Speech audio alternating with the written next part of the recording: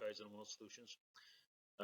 Just last week, I was at the ALRDC Identification Conference, and one of the it was just a great event actually. There's some pretty cool information shared, but it was just nice to be out there visiting with people again, and yeah, sharing some ideas. So I presented two presentations. And I thought, because all my presentations have a lot of animation, I know that ALRDC are going to share them as a PDF, but unfortunately, my presentations never work out that good when you put them on PDF because of the amount of animations I have, you know. So I thought I would maybe just run through them, do a quick record here on and a voiceover, and run through it and share it, and yeah, I hopefully you'll enjoy it. I'm going to turn my picture off here so you can see all the slides, but hopefully you can hear me still. All right, so first of all, this is a CO2 tracer technology, GAPL well evaluation and applications. As I said, I'm Clint Mason, president of Kaizen Solutions. You guys know who I am, I'm assuming, if you're watching me, and it's all that stuff. Anyway.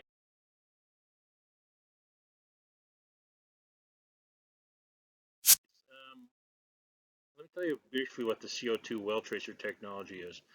In a nutshell, we take and inject about 25 pounds of CO2, liquid CO2, into a gas injection stream for your gas lift.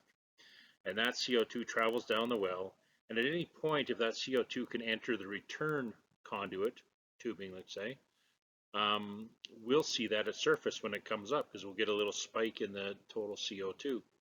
Now, there's a movie up next. I'm going to spend too much time, and it explains it a lot better than I can.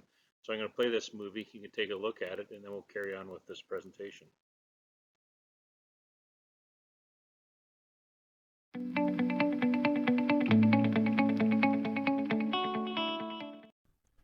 This patented technology enables you to identify all injection points that are present, the desired injection point, as well as any undesired injection points. Welltracer puts operators squarely in the 21st century by pinpointing your lift depth. Welltracer operates by placing a small piece of hardware containing a separator and electronics package that measures and verifies any level of CO2. A CO2 gas supply is hooked up to the wellhead on the production casing. Typically, a connection is made at the top of the Christmas tree to sample the production stream. Another connection is made to the injection casing for injecting CO2. Welltracer's state-of-the-art gas lift analysis and troubleshooting software monitors the CO2 level in real time. Initially, it will indicate the baseline level of CO2 for the well. The CO2 is injected rapidly with enough pressure to overcome the injection pressure. The CO2 slug travels down the casing in a uniform package, indicated here in white. Any place where there is annular communication, the CO2 will follow along with the lift gas. Here we are representing a leak in the tubing. The green is, of course, the injection lift gas, and the red is the production stream. Welltracer's real-time monitoring of the CO2 concentration of the well will indicate when any injected CO2 is returned. Where there is no annular communication, the CO2 will pass on by, and the CO2 concentration level at that point will not change. Each place the lift gas and CO2 enters the tubing, such as gas lift valves, a corresponding spike in CO2 levels will be seen at the surface. The days of uncertainty operators once faced trying to determine lift points for gas lift wells is over.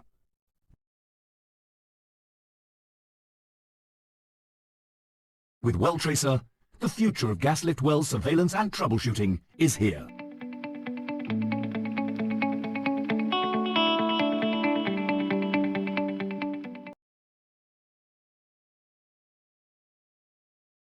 Anyways, that's the basic Welltracer information.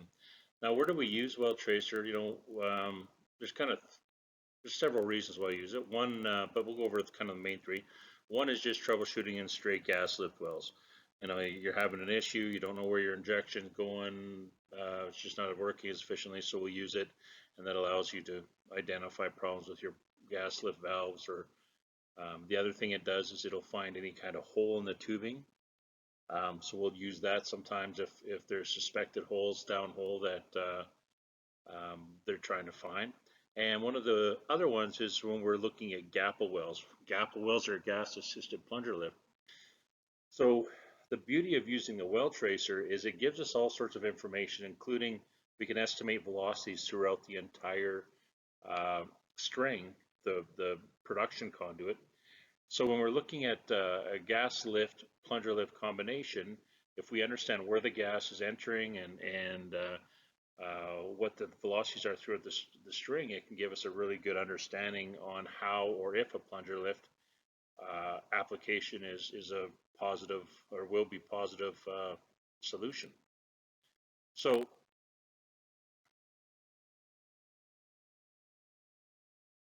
here we go.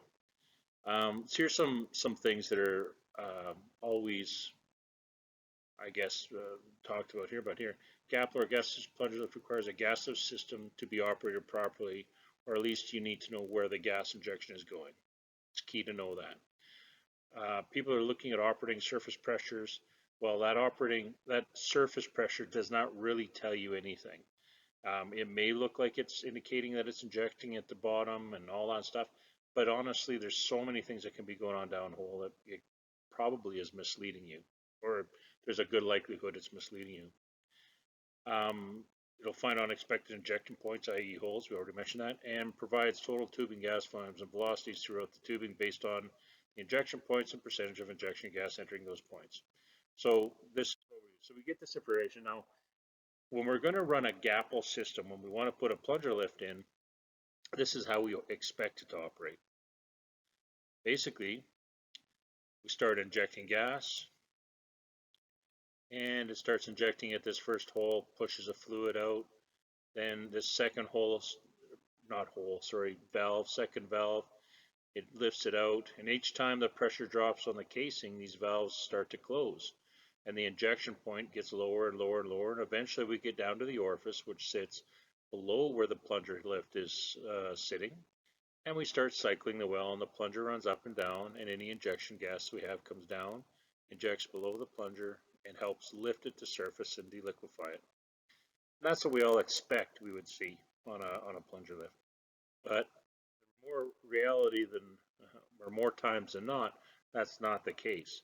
Some of the common issues that we find is, if you've installed, typically when we get on there with GAPL, the well's been on gas lift for a number of months, if not a couple, 3, 4, or 5 years. By that time, there's all sorts of mechanical problems. You can have scale buildup, you can have damage, all sorts of things can be going on. So some of the common issues is washed or failed valves and seats. See that a lot, especially in the top. Usually it's created from an improper startup. Bellow issues, failures, scale buildup, things that are getting in there and impacting the free movement of the bellows. A reduction in the temperature due to well conditions change. Now, gas lift valves are impacted greatly by changes in producing temperature, and as your liquid volumes drop, your temperature, especially in the midpoint of the well, can change significantly. As that temperature drops, their set pressure or the rack opening pressure or their opening pressure will get affected, and basically they open up at lower and lower pressures as the temperature drops. So what can happen is you can actually lock yourself where when everything was producing lots of fluid and your temperatures were set up or the temperatures in the well were where they were supposed to be when you're setting up based on your design, all your valves will sequence. So just like in that first animation I showed you, it steps all the way through, gets down underneath the plunger, and away it goes. But if you get out of sequence because your center or your middle valves temperature have been affected quite a bit, you'll see that those valves get locked open, and then you actually can't get any lower, and all your gas will go through the midpoint of the well, or you can even be down at the orifice, and then because the temperature's changed over time, all of a sudden these upper valves open and you go backwards. So that's something to watch for. And then also, of course, holes in tubing. So here, as we've got this plunger running, you can see we're open, we're lifting fluid, lift in fluid, this upper valve closes, then we kind of get down, but for whatever reason we're not lifting, or our temperature's dropping, or there's been damage, these middle valves are not closing.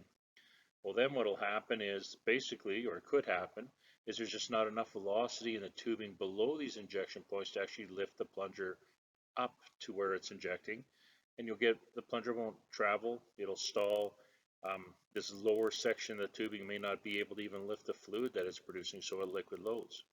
And we see this a lot, and you're going to see this in the next example. The mistake here was they were looking to put GAPL in, and they assumed based on their injection pressure, using that as a benchmark on injecting, that they should have been down at the orifice. And like I mentioned, the gas lift wells may not be operating from the orifice just because the operating pressure is low, or indicates it, because you can have so many multiple issues, multi-pointing, damaged valves, plugged valves, all these things can mess up what you think you're seeing. So again, important to pick and understand that information before you go to operate or install a plunger assisted gas lift, or PEGL, or GAPL system. So here's example number one. So in this case, there's 10 valves, one orifice. It was producing 60 barrels of fluid, and formation production was about 345 MCF a day. Total, they were injecting close to 700 MCF a day. That was the supplemental injection gas in this well before. So we did the test, and here, this is kind of your baseline, and even this little bump here, there might have been some issues near the surface. Maybe we got some other things. We don't really know for sure, but it's a very small bump. That could have just been it stabilizing once we first put the test on. But anyways, we get down to valve 4, and boom, we get a great big return. And then valve 7 and valve 8 and valve 9 get returns, and then we don't have any other returns after valve 9. Now this again is a 10 valve, one orifice system, so that should indicate there's definitely some problems here. So what does this mean? So when we look at the well, we've got to ask some questions. Will this well function as a gas lift? So without a plunger lift currently, are we doing a good job of gas lifting? And the fact is that below valve number 7, our velocities are low enough, because we're in what's called deliquification versus what a true gas lift would be because of our lower liquid volumes. We're probably in slug flow. You need to be above critical rate throughout the entire well bore. So from 10,629 feet all the way up to 8,100 feet, that well is below the rate required to lift liquid efficiently, so it's probably slugging. So the answer is no. It's in slug flow below valve 7, so it's not operating as a good gas lift system. Next question is, will this well operate as a continuous cycle plunger lift? Typically when you're running with gas lift, you want to use a quick cycle, continuous cycle plunger of some kind to minimize the close time, so you're not building up too much pressure or having to cycle the casing on and off or too long. There's all sorts of different ways of running them, but that we'll just use that to start with. So the answer is this: will this well operate a continuous cycle plunger? Well, the answer is it might be difficult below valve 9, because based on 60% of our critical rate here at depth, which is typically a number that I use as a rule of thumb for ensuring that I have enough velocity to make a continuous cycle 2-piece type plunger run, we're slightly below that, below valve 9. You can see here's where we're actually at, because below valve 9 we're not injecting, so we're just basing it on formation inflow, and that formation inflow is low enough that it's just a little bit below what I would hope for. So it doesn't mean it won't work. It might work, but you could have difficulty, or it could take a long time for that plunger to travel from the bottom hole spring up to, say, valve 7. That 2,500 feet could take 10-15 minutes to get there before it travels up at a high rate. So the other thing is, what is the potential injection gas reduction? if we had this thing working properly and all of our injection gas was coming all the way down here to the orifice, what would it look like? Well, the simple fact is that we could reduce our injection by probably about 620 MCF a day, because according to my estimation, based on some fairly um, supportable rules of thumb, we only need to inject about 80 MCF a day extra to get us above that 60% of critical rate at that point. So it should be a pretty stable system at that. So we could actually reduce, because they're injecting about 700. If we can get all that gas that we want to inject down here to the orifice, we would actually only need 80 to bring it up to this line here. So that's a big opportunity. That 620 MCF a day can be redistributed to other wells because you might be short. It takes it out of the system so your line pressure can come down. It also reduces things like greenhouse gas from combustion, because if I'm circulating that extra 620 MCF a day, I've got to be using some sort of power to do that, whether it's electricity or natural gas generators and stuff like that. So it just increases that efficiency, reduces the wear and tear, and does several other positive things. So these are all positives that we could achieve by a properly set up system.